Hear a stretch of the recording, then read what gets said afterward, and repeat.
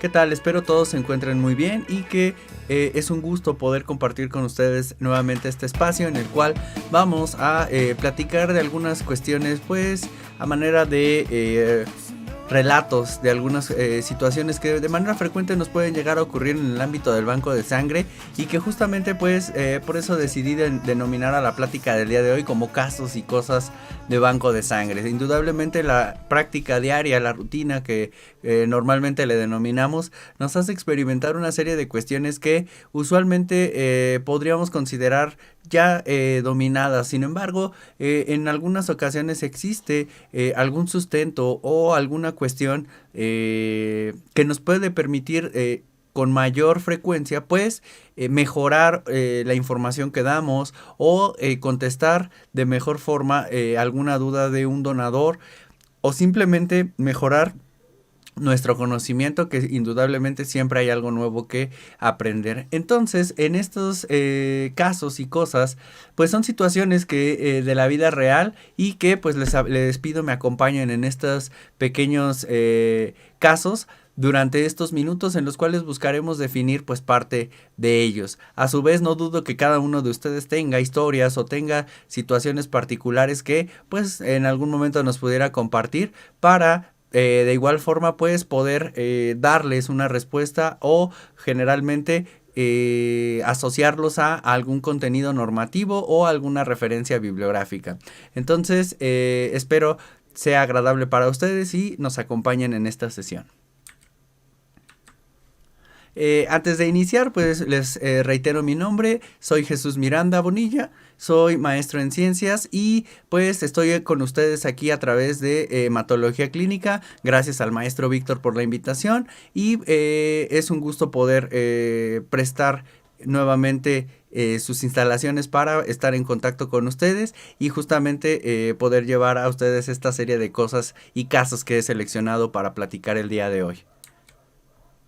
Bueno, a manera de una breve declaración de conflicto de interés, pues evidentemente las posibles menciones o marcas de tecnología no favorecen la compra o adquisición de ninguna en particular. Las imágenes utilizadas son con fines educativos, las referencias utilizadas han sido citadas conforme a su consulta. Las opiniones vertidas durante la sesión no representan el posicionamiento formal de las instituciones en que se desempeña el disertante y el uso de material presentado deberá ser citado conforme a la fuente de creación. Es algo importante que me gustaría dejar claro antes de iniciar. Pues bueno, en esta parte pues decidí a manera de poder ir poco a poco pues ir alternando entre cosas y casos. Evidentemente la cuestión de cosas y casos pues hace referencia a, les decía, situaciones o cuestiones que en la rutina diaria nos enfrentamos y que podemos definir o agrupar, les decía, ya sea en cosa, pues si es algo relacionado al banco de sangre, o caso, cuando es algo relacionado pues a algún donador o alguna experiencia que ellos mismos pues nos expresan. Y el primero que he elegido para comentar con ustedes el día de hoy pues es una cosa que está relacionada a la normatividad en banco de sangre. Yo sé que cuando de repente escuchamos normatividad pues de inmediato, sobre todo los que ya tenemos más tiempo en este ámbito del banco de sangre, lo primero que decimos es, ay, otra vez, ¿no? Nos van a hablar que del número de la norma y que el nombre completo y todas estas series de cuestiones que pues nos puede resultar un poco tediosas, pero recuerden ustedes que pues esta normativa que tenemos en los bancos de sangre pues aplica para todo el país y que indudablemente tiene una repercusión importante porque es nuestra guía ante situaciones que les decía pueden ser rutinarias y que en ocasiones pues el desconocimiento del contenido de esta normativa pues nos lleva a actuar a veces no de maneras muy acertadas o incluso a dar información que no es la adecuada hacia los donadores, hacia los pacientes, hacia los médicos o inclusive hacia nuestros compañeros o personal con el que nos relacionamos. Entonces hay que tratar de ser un poquito más abiertos en esta cuestión de la norma y pues verla de diferente forma pues para evitar que nos parezca algo tedioso.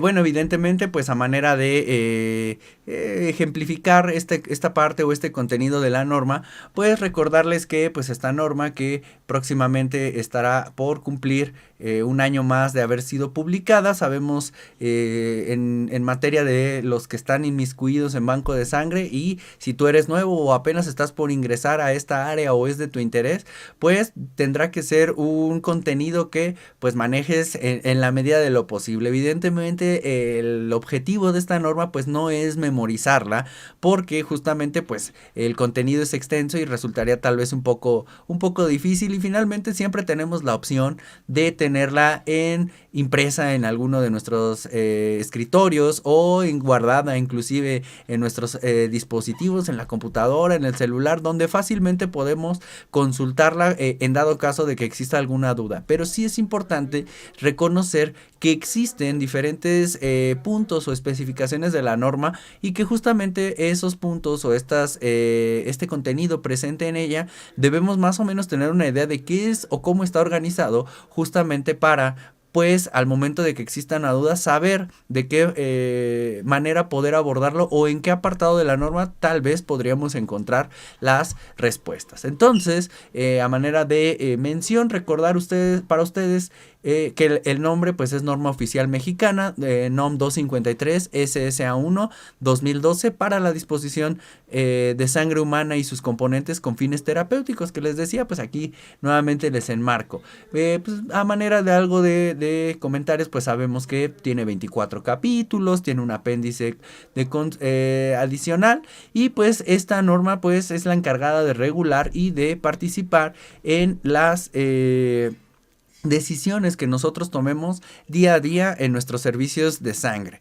Y justamente pues además o como requisito obligatorio pues es tener este nombre bien presente. Hace algunos años pues resultaba novedoso el hablar de esta nueva norma que venía a suplir a la norma anterior, que recordarán ustedes estaba implementada desde 1993. Entonces cuando llega el 2012 comienza a ser de relevancia pues el estar actualizado. Ahorita ya podríamos hablar prácticamente de 8 años, en el que seguramente pues para muchos de ustedes ya no es una novedad esta norma en términos pues del número, en términos de el nombre completo, ¿verdad? Porque a veces también esa cuestión normativa la tenemos presente, pero solamente en la parte del numerito, ¿verdad? Nos preguntan de la de laboratorio clínico y recordamos que es la norma 007, nos preguntan de la de banco de sangre y sabemos que es la norma 253, pero pues bueno, ya en el nombre completo que les acabo de mencionar, pues vemos que tiene algunos otros datos que son de relevancia a conocer, sobre todo decía cuando estamos más inmiscuidos en este ámbito del banco de sangre, nuevamente porque es esta guía que pues de manera obligatoria debemos conocer. Entonces pues esta parte de la norma quisiera detallarles algunos puntos que pues no es que sean totalmente novedosos tampoco, pero sí representan algo que en ocasiones pues dejamos de lado y pensamos que el hecho de ubicar el número es suficiente y después el nombre completo y es suficiente. Entonces pues vamos a hablar de esto de la normativa para ver qué les parece. Bueno, pues entonces si estamos mencionando que nuestra norma regulatoria para las actividades de los servicios de sangre del país es la norma 253 SSA1 2012, pues habría o cabría la pena hablar sobre algunos aspectos que además del número, además del nombre completo, pues sería importante que tuviéramos presente y que nos habla justamente de algunos detalles que podemos dejar de lado en numerosas ocasiones. Y entonces pues recordarán ustedes por una parte esta determinación o esta abreviatura, perdón, de NOM, pues saben ustedes hace referencia a la norma oficial mexicana, y nosotros sabemos que en ese sentido existen múltiples normas oficiales mexicanas que pues están relacionadas a diferentes campos o a diferentes rubros de la salud, de prevención de enfermedades, de control de instalaciones o de muchos otros ramos que inclusive no tienen que ver directamente con la salud. Y justamente pues algo importante que necesitamos recordar en esta parte de las normas oficiales mexicanas es que hacen referencia a una regulación técnica obligatoria. ¿Qué significa esto? Que el hecho de ser una norma oficial mexicana la vuelve una cuestión obligatoria en cuanto a su cumplimiento. En ocasiones de repente llegamos a tener la percepción equivocada de si se trata de una institución pública, de una institución privada o una institución pequeña, una institución grande y decimos, bueno, es que es algo público y es algo pequeñito, entonces aquí no aplica, no. O es una institución privada pero es muy grande, entonces aquí tampoco aplica. Y esta es una percepción que es equivocada, porque el hecho de ser una norma oficial mexicana es algo que no vuelve obligatorio en cuanto a su cumplimiento. Evidentemente, el conocimiento de lo que contenga cada una de las normas, en este caso hablando propiamente de la de banco de sangre, pues es obligación de las personas que estamos ahí. Y recuerden ustedes que en ocasiones el hecho de incumplir con algo, una situación que esté estipulada en ello, pues puede tener implicaciones graves tanto para un paciente, para una institución, pero finalmente también para nosotros como trabajadores de estas áreas, donde justamente estamos incumpliendo con algo que, como les menciono aquí, es una regulación obligatoria y que evidentemente pues está sustentado en una parte o en un fundamento legal.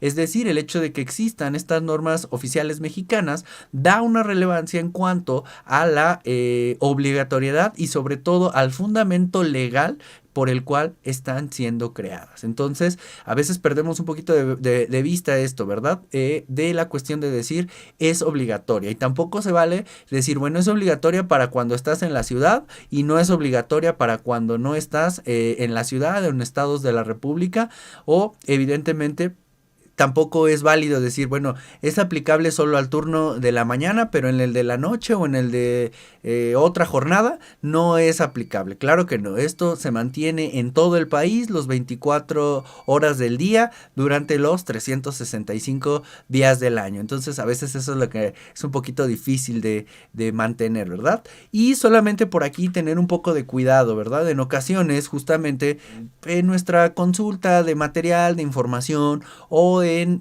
nuestras conversaciones o sesiones que tenemos, llegamos a tener citado la parte de algunas normativas que aparecen como PROI o PROSH. Esta parte de esta denominación hay que tener cuidado. En ocasiones de repente llegamos a ver casos en los cuales dicen, bueno, es que el proyecto de la norma tal nos dice que esta determinación va a cambiar o está cambiando. Entonces hay que tener cuidado porque el hecho de que una norma o una fuente sea citada como proyecto hace referencia justamente a eso, que es un proyecto que aún está en elaboración, que aún necesita ser sometido a revisión, aparte de publicar una consulta para observaciones o detalles que tengan que ser cambiados. Entonces de repente en algunos procedimientos, en algunas técnicas o en algunas cuestiones en particular citan estos proyectos de norma, lo cual pues bueno, eso nos puede llevar a incurrir justamente en un incumplimiento, porque recuerden ustedes, lo único que se vuelve obligatorio y oficial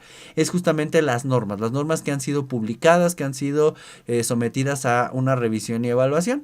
Todo lo que quede o esté citado como proyecto, pues sí es una idea que se está teniendo sobre la cual se está trabajando, pero que todavía no es algo oficial. Entonces hay que tener cuidado en ocasiones con estas fuentes o con estas situaciones que citamos porque nos pueden llevar, les decía, a un incumplimiento de lo que nuevamente es obligatorio.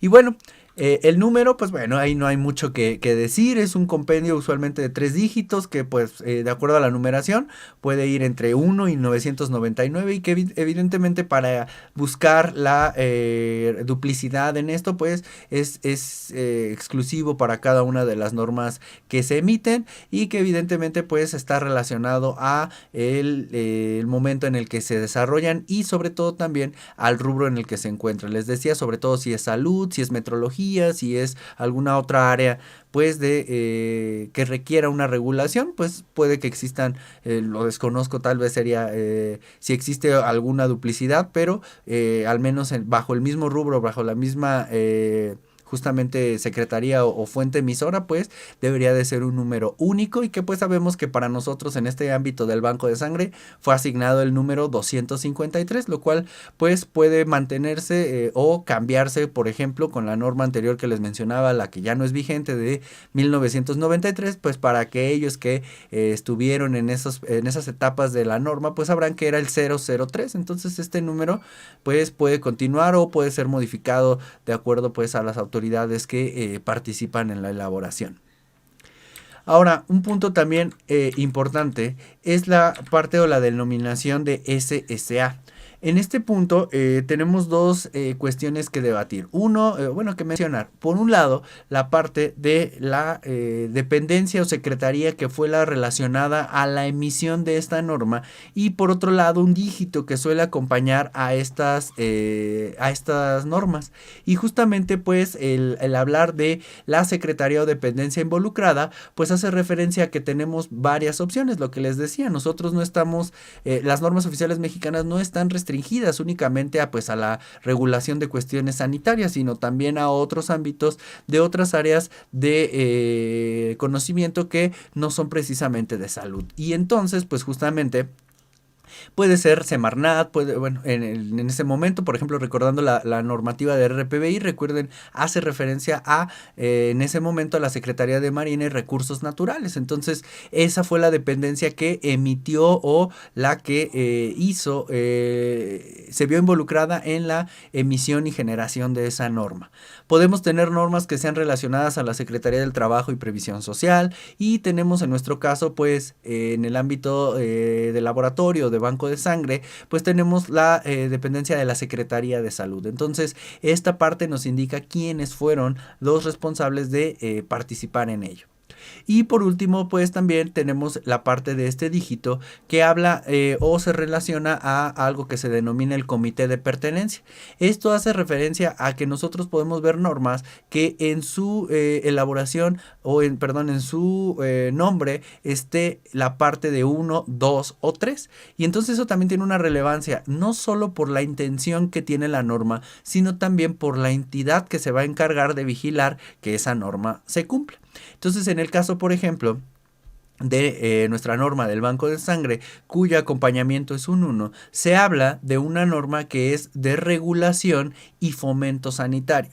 Entonces, ¿qué significa esto? Que esta normativa está encaminada a regulación y fomento sanitario. ¿Regulación de qué? Pues de los bancos de sangre, de una entidad o de un servicio de sangre en particular. En particular me refiero a un grupo de servicios en particular, que ¿quiénes son en este caso? Los bancos de sangre.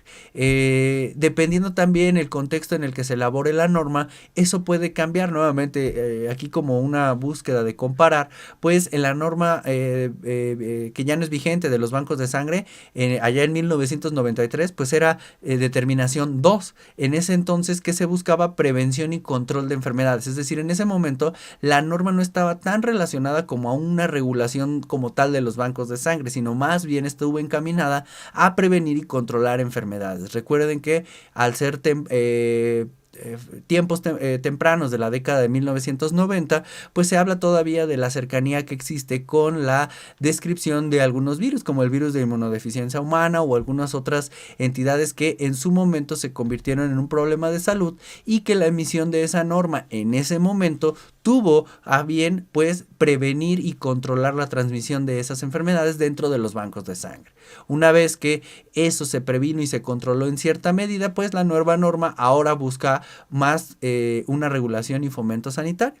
Ahora, no quiere decir que eso esté limitado para nosotros en los bancos de sangre. Pueden buscar algunas otras normas relacionadas al laboratorio clínico o al banco de sangre para prevención de enfermedades como VIH, control de diabetes, etcétera, y dependiendo de la intención que se tenga para cada una de esas normas, puede ser prevención y control de enfermedades, que es justamente lo que nos va a hablar esto de aquí. En el caso del dígito de pertenencia, también les decía que es importante ver quién es la entidad que se va a encargar de evaluar eso. En el caso de los número 1 para nosotros en banco de sangre, pues la entidad regulatoria en este sentido pues sería COFEPRIS. Y por último, hablando de la parte del dígito 3, son normas que están relacionadas o que van encaminadas principalmente a la cuestión de innovación, desarrollo y desarrollo de tecnologías e información en salud. Entonces, por ahí nos puede hablar de otro tipo de normas que buscan estar ahí como una intención de innovación o cambios en infraestructura o en algunos otros procesos. Entonces, este numerito de aquí también nos indica pues la intención que tiene esa norma y quién será el encargado de verificarlo en cuestiones de el ámbito de salud. Y por último, pues en esta parte del 2012, pues se habla, aquí no hay mucho misterio, del año de expedición, en el cual justamente recordemos que el 26 de octubre del 2012 es cuando se hace oficial esta norma oficial mexicana para los bancos de sangre, y pues nos habla también justamente del momento en el que se vuelve vigente. También hace referencia a que en algunos casos esto de aquí pues también nos habla de cada ciertos intervalos que se deberá de emitir una revisión o una actualización por las autoridades de salud competentes, lo cual pues bueno nos permite mantener actualizado este tipo de documentos o de instrucciones legales para nosotros en los diferentes servicios de salud. Entonces espero alguno de estos haya sido nuevo para ustedes en el ámbito de la norma y no se dejaran guiar por la idea de que la íbamos a leer o algo así, ¿no? Es una pequeña, les decía, cosa de las leyes de banco de sangre que pues no siempre tenemos bien presente o que en ocasiones ha pasado el tiempo y ya lo olvidamos. Entonces quería recordarlos.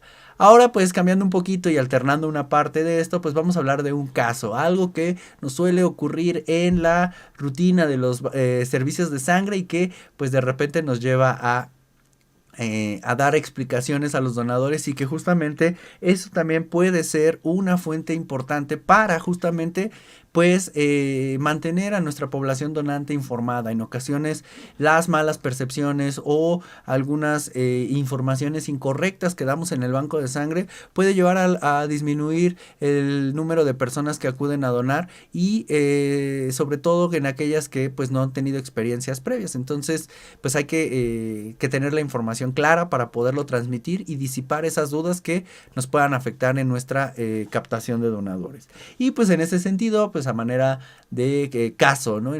Nos sucede frecuentemente en los bancos de sangre, en alguna parte del proceso de donación, el donador, pues a manera de externar la duda o como un simple comentario nos dice que una vez que doné sangre me sacaron varias bolsitas, ¿verdad? Y de repente, pues eso nos parece para nosotros que estamos en ese medio algo pues difícil en ocasiones de creer, porque nosotros sabemos que no es así, pero justamente si vas iniciando en el ámbito de banco de sangre, si has escuchado ese tipo de preguntas o inclusive te la han hecho, pues vale la pena entonces revisar qué hay detrás de esa preguntita y por qué es importante conocer esa información, les decía, para dar datos correctos a nuestros donadores que permitan sentir que está siendo atendido, que no corre ningún riesgo y que pues evidentemente le dé eso ganas de regresar. Entonces, ¿qué hay detrás de esa aseveración de que en una ocasión le extrajeron varias bolsitas de sangre? Entonces nosotros en el banco de sangre solemos decirle que pues no es cierto, que estamos regulados a una extracción de una única bolsa, pero el donador puede casi afirmar que él vio que llenaron varias bolsitas. ¿Por qué surge esta duda? Pues vale la pena recordar que pues en el área de flebotomía, en los bancos de sangre, está presente la parte de los diferentes tipos de bolsa. Aquí pues les presento un ejemplo de los varios que pueden existir en el mercado, a referencia de los tipos de bolsa que hay, las características que tienen y otros detalles que evidentemente las hacen ser diferentes entre sí. Pero bueno, este ejemplo que les muestro nos hace referencia a dos de las bolsas que frecuentemente utilizamos en los servicios de sangre, y eso hace referencia a la clasificación que siguen con base al número de bolsitas que posee nuestro sistema de colecta o nuestra bolsa de colecta. Recordarán ustedes que dos de ellas pues son la bolsa triple, la bolsa cuádruple, y que dentro de su anatomía, vamos a llamarle así, pues sabemos que la bolsa central, la bolsa que está conectada directamente a la aguja, pues la denominamos como la bolsa madre, y esta le denominamos así porque justamente es la encargada de recibir la donación de sangre total directamente del brazo del donador, y que usualmente se encuentran pues conectadas a un sistema de bolsas que se denominan bolsas satélites, y que estas bolsas satélites nos proveen diferentes características para el momento del procesamiento de esta unidad de sangre total, poderla separar en diferentes componentes para atender las demandas transfusionales de diferentes pacientes. Y también esto es lo que en ocasiones nos hace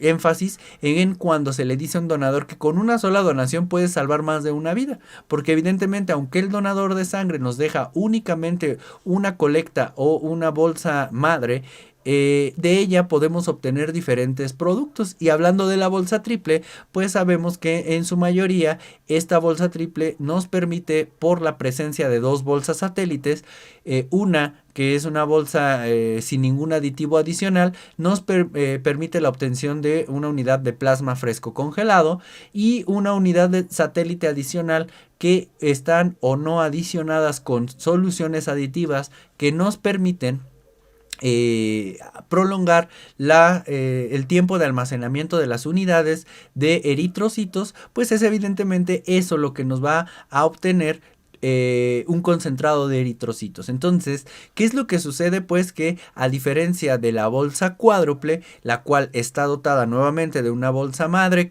que es la que recibe directamente de la vena del donador la sangre que dona, está ahora provista de dos bolsas satélites en la parte superior, una de la cual me va a permitir obtener fracciones de plasma que, bueno, propiamente dependiendo del proceso que obtengamos las plaquetas, puede ser un producto de plasma que usualmente es el plasma desprovisto de factores lábiles. Un detalle por aquí, cabe recordar que pues el procesamiento que tenemos, a diferencia entre la bolsa triple y la bolsa cuádruple, uno de ellos es la temperatura de procesamiento. Recordarán ustedes que las bolsas triples, donde justamente se busca obtener una fracción de plasma, se hacen a temperaturas frías, a temperaturas de 4 grados. Mientras que una bolsa cuádruple, donde se buscan obtener preparados con plaquetas, la temperatura justamente de centrifugado pues es a temperatura ambiente. Estamos hablando de 22, 24 grados, donde justamente por las características de ese centrifugado, algunos factores de coagulación se pierden debido a sus características de ser termolábiles. Entonces eso me hace que una de las fracciones que obtenga sea un plasma desprovisto de factores de coagulación. Y por otro lado, lo que obtengo es un concentrado de plaquetas, en este caso representado pues de manera unitaria, un concentrado de plaquetas. Y justamente por otro lado, la parte de la bolsa satélite, nuevamente con o sin presencia de una solución aditiva, en este caso pues el ejemplo que les muestro hace referencia a una bolsa que contiene una solución aditiva y que después del centrifugado, la parte de los eritrocitos que quedará en el fondo de esta bolsa colectora o de esta bolsa madre me permitirá separar a estos eritrocitos en una nueva bolsa que, les decía, dependiendo de si tiene o no un aditivo, me darán un tiempo de conservación de entre 35 o 42 días para almacenar en nuestros refrigeradores. Y entonces, pues toda esta información que seguramente nosotros en el mundo de banco de sangre, les decía, lo conocemos, o si tú estás próximo a iniciarlo, pues tendrás oportunidad de verlo. Esto es justamente lo que hace que en ocasiones nuestro donador, de manera insistente tal vez, afirme que él vio que se llenaban varias bolsitas. Y entonces evidentemente nosotros sabemos que lo único que llena es una bolsa colectora que está delimitada a cierta cantidad de volumen, usualmente 450 mililitros, y que de ella nosotros, al llevarla al área de procesamiento o de fraccionamiento, será separada en diferentes componentes, y que las bolsas que justamente el donador asegura haber visto, pues son bolsas que sí sí están presentes, pero que no fueron llenadas propiamente por el donador, sino que serán atendidas y utilizadas hasta la parte del procesamiento. Entonces, hacer énfasis en eso, en que la única bolsa que donan y que se llena durante el proceso de la donación es una sola bolsa, y que las demás serán utilizadas para la posterior separación en componentes, para que el donador pues no le quede esa percepción de haber donado más de una bolsa o 1 litro de sangre, ¿verdad? También eso es muy frecuente. Entonces, esta información hay que tenerla presente. Ahora alternamos con una cosa de los bancos de sangre que habla de la selección de donadores. Y pues nada más como recordatorio, pues al hablar de cuestiones de selección de donadores, de cuestiones normativas en el banco de sangre, pues recuerden ustedes, se vuelve una norma que es de cumplimiento en todo el país, ¿verdad? De repente, esta parte de la selección del donador ha sufrido muchos cambios a lo largo del transcurso del tiempo, en el cual muchas percepciones, mucha ideología que existía en materia de donación de sangre, pues se ha venido aclarando, y eso justamente lleva a determinadas, vamos a llamarle así, confusiones en ocasiones, sobre todo para aquellas personas que pues no mantienen muy al día todos estos cambios, o que no se dan el tiempo de leer este tipo de materiales u otra información que nos puede ayudar a disipar dudas. Entonces, en el ámbito de selección de donadores y en otros rubros, tenemos una labor fuerte, que es romper con ciertos mitos, romper con ciertas creencias, no solo del lado del donador, es decir, no solo del lado de la persona que acude a donar, sino también de los que estamos del lado de los trabajadores o prestadores de servicio en las instituciones públicas y privadas del país, ¿verdad? Muchas veces hemos encontrado la situación en la cual dicen, bueno, es que en tal lugar me pasó esto y en otro me pasó una cosa diferente. Y bueno, eso no descarta que sea o no correcta, o que en uno y en otro caso ambos pudieran tener razón, ¿no? A veces dicen, es que fui a un banco y me pasó esto, y en el otro no me dejaron. Bueno, tal vez en determinado momento la condición del donador cambió desde su donación 1 hasta la segunda donación, ¿no? Y eso puede llevar a molestia en el donador, en por qué antes sí pude y ahora no. Esa es una realidad. Pero otra también es que podemos encontrarnos con el caso en el cual pues la falta del conocimiento de la actualización en ciertos requisitos, o las costumbres y creencias que llevan haciéndose durante mucho tiempo, se impongan, y que eso también pueda afectar al reclutamiento de los donadores. Entonces, pues recordar justamente que el proceso de selección de donadores es un proceso que está regulado nuevamente por la normativa de los bancos de sangre, y que involucra diferentes pasos. Desde la identificación plena del donador, es importante tener bien identificados a los donadores por las cuestiones pues relacionadas a seguimiento del donador, o a la duplicidad de identidad, o algún otro aspecto que es necesario y que justamente en ocasiones nos lleva, ¿verdad?, a solicitar la identificación plena con algún documento pues evidentemente oficial.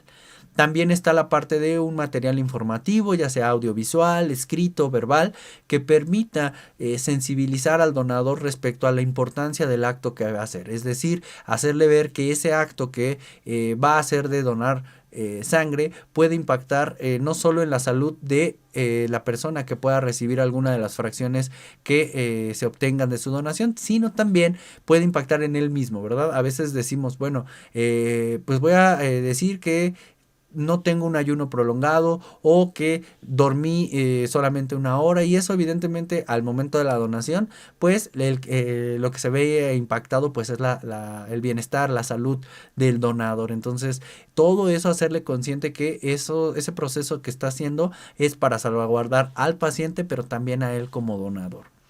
Recuerden ustedes, pues hay una parte de pues un registro de datos de el donador, usualmente en sistemas electrónicos o en sistemas manuales, en el caso de algún lugar que así lo requiera. Después viene una valoración médica, donde nuevamente esta valoración médica es realizada o debe ser realizada por personal que conozca los requisitos, y que justamente esté acompañada con mediciones somatométricas de frecuencia cardíaca, de frecuencia respiratoria, temperatura y otras cuestiones clínicas que permitan determinar que este candidato a donación está en condiciones y cumple con los requisitos que se necesitan para una donación.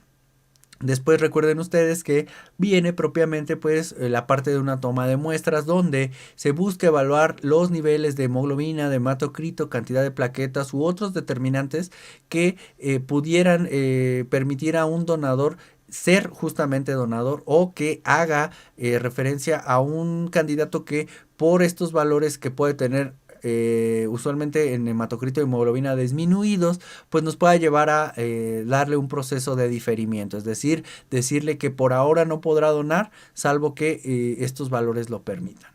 Y pues llegamos propiamente al área de flebotomía, donde justamente podemos obtener la bolsita de sangre que usualmente refieren los donadores, la unidad de sangre, que pues evidentemente puede ser por técnicas de una donación tradicional, una donación de sangre total, o técnicas especializadas como en el caso de las aféresis, donde podemos obtener un componente de manera selectiva. Podemos tener aféresis de eritrocitos, aféresis de plaquetas o inclusive plasmaféresis. Entonces, recordar que pues estos pasos que les he mencionado pues pueden en ocasiones variar en cuanto a la disposición, el orden en que se sigan en los diferentes servicios de sangre, pero indudablemente deberán estar presentes por cuestiones normativas y por cuestiones de seguridad, tanto les decía para el donador como para el paciente que va a recibir esos componentes. Entonces, pues hay que tener todos estos puntos claros para en determinado momento poder nuevamente entregar una información adecuada a nuestros donadores y también nosotros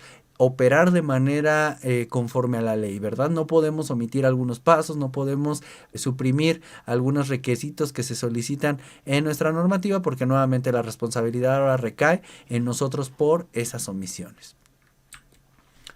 Nuevamente pues les pongo aquí un caso y nuevamente es algo que suele suceder y suele ser un motivo de consulta y que está, de consulta me refiero a pregunta, a acercarse a preguntar a los bancos de sangre y que en ocasiones pues nuevamente el desconocimiento de esta normativa, el desconocimiento de los cambios que ha habido o en ocasiones después de mucho tiempo de haber sido un requisito o de mantenerse este tipo de ideas respecto a la donación puede llevar a caer en una imprecisión al momento de informarlo. Entonces, ¿qué pasa? Se nos acerca una donadora que nos dice o que hace referencia a el diferimiento de ella o de alguna mujer durante el proceso de donación. Y entonces, pues recordar aquí que pues evidentemente al igual que los donadores varones pues deben ser sometidas a una serie de pues procesos que mencionábamos hace unos momentos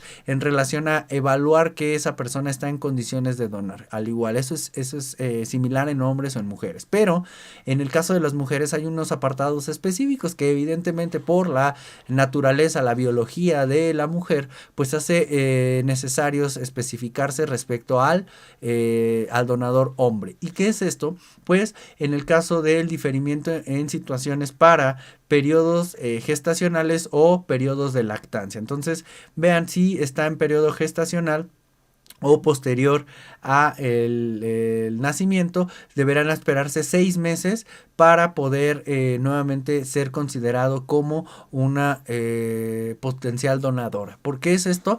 Porque evidentemente los cambios biológicos que implican estos periodos de gestación y el periodo de lactancia, pues evidentemente llevan a cambios en la mujer que podrían afectar su integridad o salud si aunado a ellos es sometida a un proceso de extracción de sangre. Estábamos hablando hace unos momentos de 450 mililitros de sangre que con los cambios metabólicos, fisiológicos y nutricionales que se experimentan durante estas etapas, pues podrían llevar nuevamente a una complicación de la donación. Entonces recuerden, no se trata solo de proteger a los receptores, sino también a nuestras donadoras y que evidentemente pues condicionarían a su donación. Y otro aspecto importante que cabe señalar en esta parte de la normativa, pues es que no es motivo de exclusión a las mujeres que se encuentren en periodo menstrual, a menos que cursen con un síntoma asociado. Y esto es súper relevante y es muy frecuente. De repente se acercan y dicen, bueno, yo tengo todos los requisitos, pero ahorita me encuentro durante la fase de sangrado de mi periodo menstrual. Durante mi periodo menstrual, ¿puedo ser donadora? Y de repente les decía, estos viejos hábitos o esta mala información del personal de, pues puede ser de recepción o del personal operativo o de trabajo social o el médico, o a veces se dedican a, perdón, se acercan a un médico que está tal vez no relacionado al banco de sangre, un médico de consulta externa, un médico general, que si no tiene bien presentes estos requisitos, dado que no está directamente relacionado al ámbito de banco de sangre, pues puede caer en una información equivocada. Entonces, ¿qué pasa si la mujer está durante la fase de su periodo menstrual y cumple todo lo demás? Podrá donar. Solamente aquí, a menos que cursen con síntomas asociados. ¿Qué es esta parte de síntomas asociados? Pues evidentemente siempre hace referencia a... Yo les decía, por ejemplo, si producto de la fase del periodo menstrual tienen malestares cólicos que les impiden inclusive ponerse de pie en ocasiones, evidentemente las mujeres sabrán más de qué estamos hablando en este aspecto, pues con esas molestias evidentemente no podrías acudir a donar, ¿verdad? Tal vez no se vean afectados tus valores de hemoglobina o de hematocrito en ese momento, pero si tienes ese malestar o ese síntoma ocasionado por este periodo menstrual, pues evidentemente pues no podrás ser donadora. Y el más frecuentemente sin manifestación que puede ser relacionada al periodo menstrual, pues lo pensaríamos en el lado de pues los valores de hemoglobina y hematocrito, que recordemos que pues debido a la hemorragia que representa el periodo menstrual, pues podría entenderse que afecte las constantes o perdón los valores de hematocrito y hemoglobina. Y entonces, ¿qué pasa? Pues al igual que todos los donadores, las mujeres deberán de cumplir con estos valores de hemoglobina y hematocrito dependiendo de dónde se encuentren. Claro, si hablamos de Ciudad de México, donde estamos a 2400, 2500 metros sobre el nivel del mar, pues nos tenemos que ajustar a estos valores, ¿verdad? Pero si nos están viendo algunos compañeros de pues áreas como cercanas al mar, en Acapulco, en Playa del Carmen, en Los Cabos o en alguna otra zona costera que sabemos que su altitud sobre el nivel del mar es diferente a nosotros en la ciudad, pues entonces estos valores de hemoglobina y hematocrito cambiarán. Pero entonces, ¿qué es lo que quiero dejarles por ahora? Que en el caso de las mujeres, el hecho de que estén en su fase de periodo menstrual no es una causa de diferimiento, ¿ok? Pueden ser sometidas a la valoración si cumplen con todos los demás requisitos y además con los requisitos de hemoglobina y hematocrito dependiendo del nivel, a la altura sobre el nivel del mar que se encuentren y sin los síntomas asociados que esto pueda ocasionar, la mujer puede ser una perfecta donadora. Entonces no se vale andar difiriendo a nuestras donadoras por, les decía, información incorrecta. Otra cosa de los bancos de sangre justamente que nos pasa muy frecuentemente y que esto pues bueno es ya más en la cuestión de inmunohematología. El autotestigo contra o versus el control de nuestra prueba.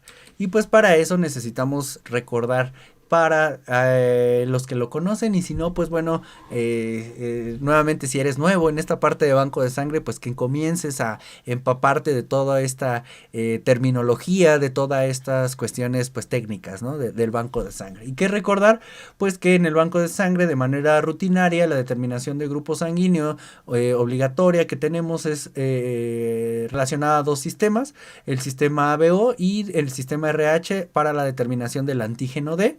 Y sabemos que pues bueno aquí está representada pues la tipificación en tubo que bueno aunque tienes diferentes requerimientos técnicos no dista mucho de otros sistemas como el soporte de gel y que justamente recordarán ustedes pues en la parte del sistema ABO tenemos la determinación clasificada o separada en dos partes. No quiere decir que por un lado que primero haga una y luego haga la otra, no recuerden, se hacen de manera simultánea, pero con fines didácticos las podemos separar en prueba directa, donde ponemos en contacto los eritrocitos de nuestro donador o de nuestro paciente contra los antisueros comerciales, ¿verdad? Y estos antisueros comerciales que evidentemente yo deberé haber probado previo a su utilización y los eritrocitos de mi donador o de mi paciente yo los deberé haber sometido a algún lavado para poder deshacerme de cualquier o de algunos factores que podrían entorpecer mi reacción. Entonces la prueba directa justamente entonces se utilizan los antisueros comerciales y va acompañada de un autotestigo y este autotestigo recuerden ustedes es la adición del suero o plasma de mi donador o paciente con sus mismos eritrocitos y En la parte de la prueba directa, pues podemos decir que lo que se busca tipificar en ella son los antígenos presentes en la membrana del eritrocito mediante su reacción con anticuerpos específicos para ese antígeno que proveen las casas comerciales con los antisueros. Y por otro lado tenemos la determinación de la prueba inversa. Esta prueba inversa justamente lo que busca ahora es determinar los anticuerpos presentes en la muestra de mi donador o paciente y que yo voy a retar contra eritrocitos de fenotipo conocido. ¿Qué quiere decir? Eritrocitos que yo ya conozco cuál es su grupo en sistema ABO, y esto lo puedo hacer de dos formas: con eritrocitos comerciales, los cuales pues me provee una casa comercial, o eritrocitos preparados en el banco de sangre con algunas soluciones o con algunos buffers que me permitan justamente utilizarlos en la rutina. ¿Y qué hago en esta determinación o prueba inversa? Determinar la presencia de los anticuerpos presentes en el suero o plasma. Y que les decía, de manera simultánea yo realizo para poder tener la interpretación correcta de un grupo sanguíneo en sistema ABO. Y en el caso del sistema RH para el antígeno D, pues yo sé que mi determinación consta del reto de los eritrocitos nuevamente de mi donador o paciente contra el anti-D y de un acompañante de este anti-D que es el control de la prueba, el cual es justamente el control del excipiente. ¿Qué significa esto? Que es un reactivo que posee lo mismo o la misma composición del medio en el cual está el anti-D, es decir, el mismo excipiente, el mismo regulador, el mismo medio proteico, el mismo conservador, los mismos aditivos que contenga, salvo el anti-D. Es decir, es un control de la prueba que me permite justamente evaluar que la aglutinación, en este caso de los medios presentes, que la aglutinación del anti-D es producto de la unión del antígeno D de los eritrocitos contra el anticuerpo presente y que no es una aglutinación espontánea por algún componente de la fórmula presente en el control. Y pues evidentemente por esa situación, si les estoy mencionando que el anti-D es un excipiente que tiene todo lo mismo que el anti-D salvo el anti-D, usualmente esta prueba me debería de dar o arrojar un resultado negativo. Y digo usualmente porque sabemos que hay condiciones o situaciones particulares que me podrían llevar a que esto me diera una aglutinación, pero en este caso, si se presenta esta aglutinación, pues en ese momento yo puedo descartar que la aglutinación del anti-D pueda estar validada, porque entonces me habla de algún otro factor que pudiera estar interfiriendo. Y si recuerdan ustedes, justamente en la parte de la pregunta que teníamos era el autotestigo contra el control. Y esta es una situación que usualmente, les decía, podemos llegar a equivocarnos en el banco de sangre si no recordamos estos conceptos. Ya dijimos que entonces el control de la prueba del sistema RH nos debería de dar usualmente negativo, porque quiere decir que no es una aglutinación espontánea y que pues no, al no haber anti-D presente, pues ese es el resultado que esperaría. Pero el autotestigo de la prueba directa, primero estamos hablando de un sistema diferente, el sistema ABO. Y segundo, estamos hablando de un autotestigo, que lo que me va a permitir este autotestigo es descartar la presencia de un autoanticuerpo. Nosotros sabemos que en las anemias hemolíticas autoinmunes, evidentemente, como el nombre lo indica, son debidas a la presencia, en su mayoría, de anticuerpos que la misma persona ha generado contra él. Y esto pues lo podríamos llegar a interpretar tal vez del lado de los pacientes, ¿verdad? Aquellos pacientes que pudieran, por la naturaleza de su patología o por sus necesidades transfusionales, llegar a presentar un autotestigo. Entonces, véanlo en un autotestigo positivo. Entonces, vean la relevancia que tiene. Primero, un autotestigo y un control, estoy hablando de sistemas diferentes. Dos, el autotestigo me descarta la presencia de un autoanticuerpo, mientras que el control me descarta la presencia de aglutinación por algún componente de la fórmula o por alguna situación inherente a los eritrocitos. Entonces, se vale que idealmente deberíamos de hacer todo esto. ¿Y qué dicen en algunas veces? No hagas el autotestigo, no hagas el control, porque pues siempre da negativo. O ya con el autotestigo se me valida todo o ya con el control se me valida todo. Entonces hay que tener cuidado porque me están hablando de cosas diferentes y este tubito me pueden decir o proporcionar información diferente. Y por último, bueno, no les mencioné, sabemos que pues estas mezclas de reacción lo centrifugamos y buscamos la lectura de ellas con agregados macroscópicamente visibles que se producen por la aglutinación de los eritrocitos, o aquellos medios en los que no veo una reacción visible, pues asumo que la reacción es negativa. Entonces, autotestigo contra control. Primero, la invitación es hagan todo completo, ¿verdad? De repente sabemos que nuevamente incumpliendo lo que solicita la normativa, pues hacemos solo la prueba directa. Entonces, número 1, hagan todo completo. Y número 2, cada uno de estos tubitos me da información diferente. Entonces, ¿vale la pena hacerlos todos? Sí, porque es obligatorio 1, y 2, porque la información que me otorgan entre cada uno es diferente. Entonces, no se vale omitir o pensar que están repetidos. Cada uno me dice datos diferentes. Caso, complicaciones asociadas a la transfusión. Bueno, aquí brevemente nada más les voy a mencionar que existen diferentes causas o situaciones que nos pueden dar temores a la transfusión de componentes sanguíneos. ¿Temores a quién? Pues temores a las personas, temores a nosotros como personas de banco de sangre, y pues dentro de todas hay cuestiones ideológicas, ¿verdad? Tenemos cuestiones pues que me pueden hacer pensar que la transfusión de una unidad de sangre hacia un paciente puede llevar a que cambien algunas de sus características, tanto ideológicamente o de comportamiento, o también puedo llevar a pensar que la transfusión de componentes va en contra de mis creencias, inclusive religiosas. Evidentemente, pues cada uno tiene en ese punto, pues la libertad de poder decidir esa parte, pero existen temores ideológicos.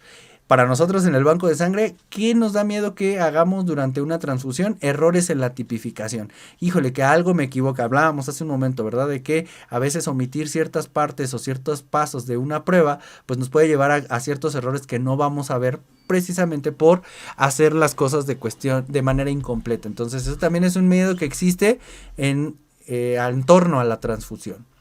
Transmisión de agentes infecciosos, creo en mi punto de vista que este es el más generalizado, tanto para nosotros evidentemente como trabajadores de banco de sangre o para la población de pacientes, ¿verdad? Su mayor miedo con las transfusiones es que les vayan a transmitir alguna enfermedad. Y pues bueno, sabemos que hoy en día pues comparativamente con otros países pues sí tenemos principalmente Estados Unidos o Europa, pues tenemos un índice de transmisión más alto que esos lugares, pero pues a diferencia de hace algunas décadas donde pues era altamente riesgoso la transmisión de agentes infecciosos por transfusión, hoy en día pues se ha disminuido, pero sigue siendo una creencia altamente presente en nuestros pacientes. O algunas, por ejemplo, del lado del médico, que pueden llegar a tener presentes es que después de la transfusión de varias unidades de eritrocitos pueden existir sobrecargas de hierro u otras complicaciones que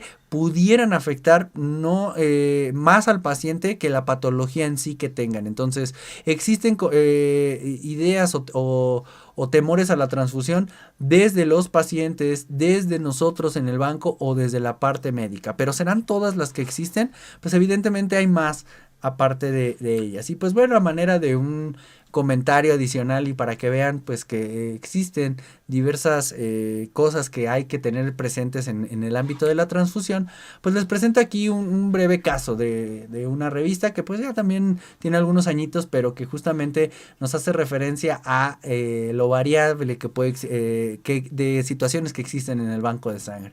Nos relata el caso de una mujer de 62 años de edad con diagnóstico de leucemia mieloide aguda. No tiene ningún antecedente de alergia de relevancia y por la patología por la cual ella cursa se hace necesario que se prescriba y se reciba una aféresis de plaquetas profiláctica, es decir, no estaba teniendo episodios de sangrado, pero justamente con la finalidad de prevenir esos eventos hemorrágicos, pues se administró una aféresis de plaquetas que denominaremos la aféresis o evento A. Y no hubo reacciones adversas. La mujer recibió esta aféresis de plaquetas y no hubo más. 2 días después recibe nuevamente por el manejo de su patología una segunda transfusión que le llamaremos B, nuevamente con una aféresis de plaquetas. Y al recibir esta segunda transfusión tenemos una complicación inmediata manejable. ¿A qué le llamamos complicación inmediata manejable? Pues que con la administración de algunas soluciones o algunos medicamentos no hubo complicación mayor, simplemente se manejaron las manifestaciones que pudieron haber sido algo relacionado a elevación de temperatura o frecuencia cardíaca o alguna otra que no especifican, pero solo dicen una complicación manejable, o sea, no hubo trascendencia mayor. ¿Qué sucede? 4 días posteriores de B, o sea, de la segunda transfusión, ya en casa la paciente, en su casa ya dada de alta, se desarrolla eritema, edema periorbital y oral secundario al consumo de un alimento.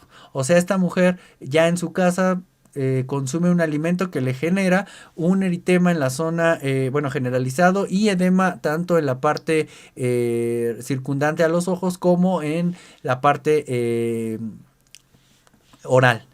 ¿Y qué se hace? Pues se hace un seguimiento, ¿verdad? De esta reacción y nos habla de algunas manifestaciones.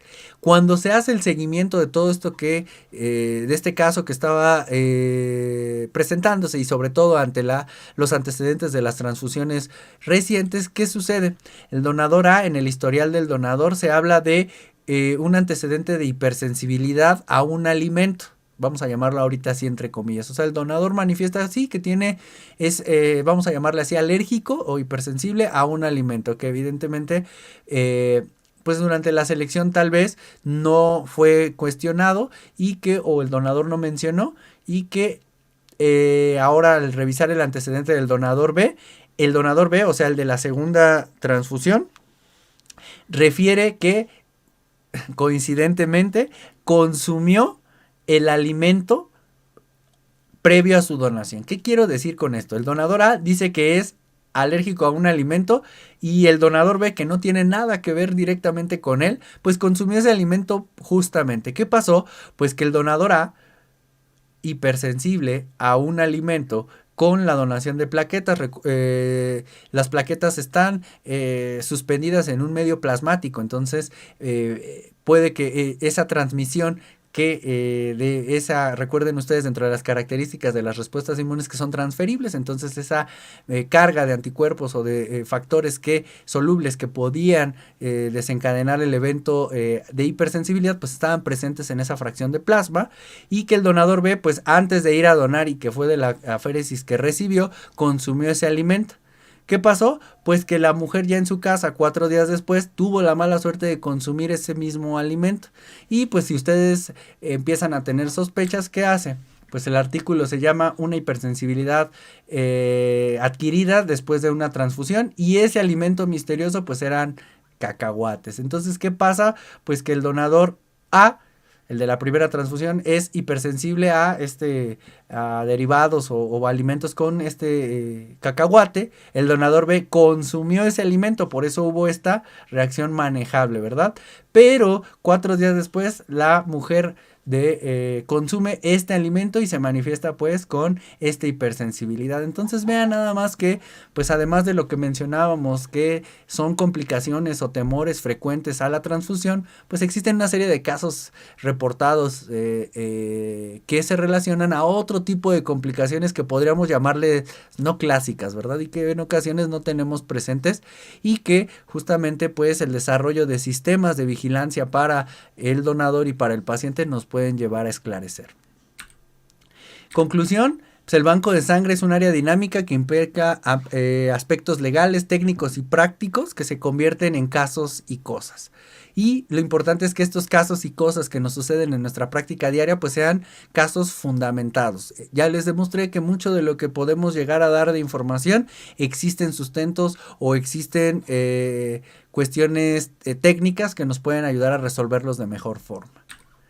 Y en nuestro argot del banco de sangre sabemos que existe el dicho, ¿verdad? Que la mejor transfusión es la que no se hace. Indudablemente sabemos que es una frase, nuevamente, que los que están inmersos en el banco de sangre saben que nos rodea siempre y efectivamente nunca tenemos la garantía de que inmunológicamente agentes infecciosos u otros tipos de complicaciones que se puedan desarrollar por la transfusión. Entonces sabemos que es la que no se hace, la mejor transfusión es la que no se hace, pero imagínense en casos en los cuales ya es necesario por la condición clínica de un paciente realizar la transfusión, pues en esos pacientes en los cuales ya es altamente necesario, pues yo me gusta utilizar más esta segunda, que es la transfusión menos dañina, es la que se realiza de manera correcta.